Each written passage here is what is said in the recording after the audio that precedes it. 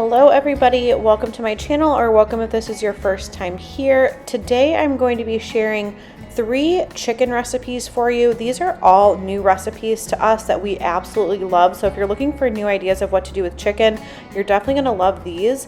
And then also a really delicious fall dessert. The first recipe is for this Cajun chicken pasta, and I'm going to start out by seasoning my chicken breast with some Cajun seasoning, and I was showing you there what I'm using, which is the Cajun 2-step.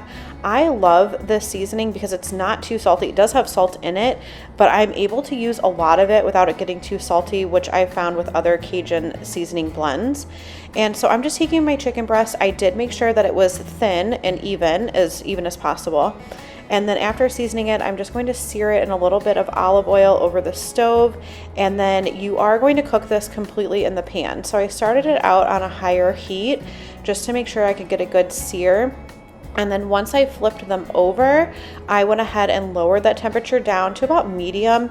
And then I just let them cook until they were at an internal temperature of 165 degrees. I then removed the chicken from the pan, and then I'm going to go ahead and add in some butter and get that melted into the leftover olive oil and drippings in the pan. And then we're going to add in some fresh garlic. I used about 4 cloves here. And then you just want to give that a good stir and let it cook for about a minute until that garlic becomes fragrant. And then we're going to go in with some heavy cream. Now the recipe also calls for diced tomatoes. My husband and I aren't the biggest fan. I like tomatoes in certain applications, but because he doesn't love them, I went ahead and left them out of this recipe. But I will have all of these recipes linked in the description box below, so if you want to see them, you can look there. But after I added that cream, I went ahead and added in some Cajun seasoning, and then I'm going to go ahead and give that a good whisk again. And then what I did is I just kind of tasted it to see where it was at with the Cajun seasoning, and then I just used it to our preference. So you can use as much or as little as you like. And then once that mixture thickens, you're going to go in with some Parmesan cheese, give that a good whisk, and let it thicken up a little bit more.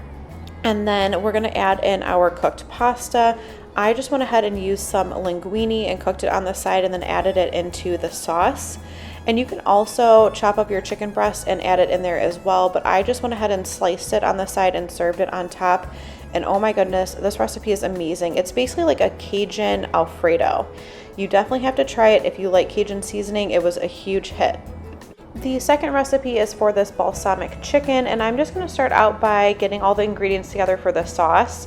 So I just like to do this in my measuring cup if I'm able to. So I started out by measuring out my balsamic vinegar, and then to that you're going to add in some olive oil, also some Dijon mustard, and then some honey. So a quick tip here is if you do your oil first, it kind of coats your measuring spoon, so the honey and the mustard come out a lot easier. And then I'm going to add in some Italian seasoning and some garlic powder. The recipe calls for garlic, like fresh garlic, but I got a little bit lazy, so I just did garlic powder, and then some salt and pepper. And then I'm just going to whisk all of these ingredients well to combine, and then get started on the chicken. Now this recipe I did a little bit different than the recipe calls for. This one calls to sear the chicken and then you put the sauce over it and bake it in the oven. I just did everything in the pan. So same thing as last time, except instead of the Cajun seasoning, I just seasoned my chicken breast with salt and pepper, but I'm gonna do a sear on each side. Once I flip the chicken over, I'm just going to turn the heat of that pan down, and because my breasts are a little bit thinner from how I cut them, I'm just gonna let this cook through on the stove. And then once that cooked through to 165 degrees, I removed it from the pan and then added in that sauce that I made. And then I'm just gonna reduce that down. And then once it's reduced down, it only took about maybe 2-3 minutes. I'm gonna add that chicken back in and kind of toss it to coat, so that way it coats each side really well. And oh my goodness, this chicken was absolutely amazing. Honestly, all of these recipes were, and they were new to us. We really enjoyed them. But at the end, I'm just going to top it with some shredded mozzarella cheese. The original recipe calls for fresh mozzarella, but I had some mozzarella on hand, so I just went ahead and shredded that. And then I just spooned the sauce over the top of it to help melt it down, since I wasn't baking this in the oven. And then this we serve with some mashed potatoes. I think it would also be really great with pasta. So whatever you prefer, it would be amazing. The final recipe is for this honey mustard baked chicken, and I'm going to start out by making the sauce, which is going to be some honey and then also mustard. So I'm using yellow mustard, Dijon mustard. It also calls for whole grain, which I didn't have, so I just left that part out. And then you're also going to add in some white vinegar and some paprika. and a little bit of olive oil. And then for the chicken, I'm just seasoning the breast with some salt, pepper, garlic powder, and some paprika. And then I'm just going to do a quick sear on these. I have my pan over about medium-high heat, and you're just gonna let it cook for a couple of minutes on each side just to sear it. We're not cooking the chicken all the way through with this recipe like the previous recipes. And then once it is cooked completely, I'm just going to remove that to a baking dish. Now I changed the amount of this recipe. So I just did the 2 breasts, added it to an 8x8 inch pan, and I did spray that with some nonstick spray, and then I'm going to top it with the honey mustard sauce. Now, even though I did not use the same amount of chicken that the recipe calls for, I did do the full amount of sauce because we serve that sauce over the rice too at the end. But you just want to cover that with foil, and it's going to go into a 375-degree oven for 20 minutes, and then you're going to remove the foil and cook it for another 10 to 15 or until it's at 165 degrees. And then, like I said, we just served that over some rice, and this recipe had so much flavor. It definitely had that honey mustard flavor like from the dressing, or that you could get in a dressing, but it was absolutely amazing.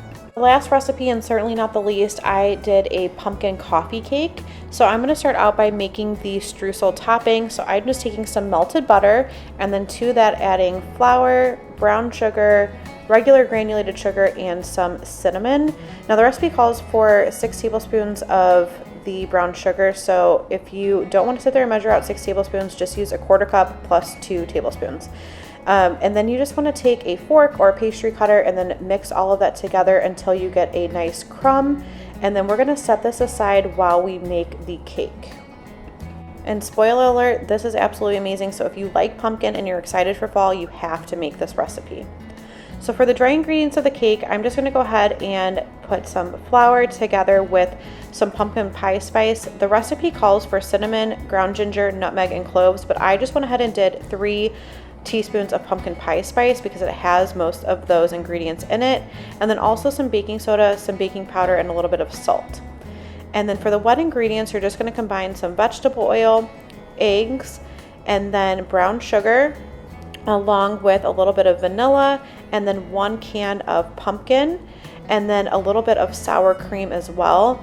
Now the sour cream is going to add a lot of moisture to this coffee cake. I actually took some of this to work with me, and all of my coworkers were saying that it was absolutely delicious and very moist, and that's why. So don't skip out on that sour cream. But you just want to mix this well together until everything is combined, and then you're going to go ahead and add in your dry ingredients. The recipe says to do this with a spoon. I just went ahead and took my whisk and then mixed it until all of the clumps were out and it was smooth. And then I put that into a 13 by 9 inch pan that I went ahead and sprayed with some nonstick spray. And then you just want to top it with your streusel topping.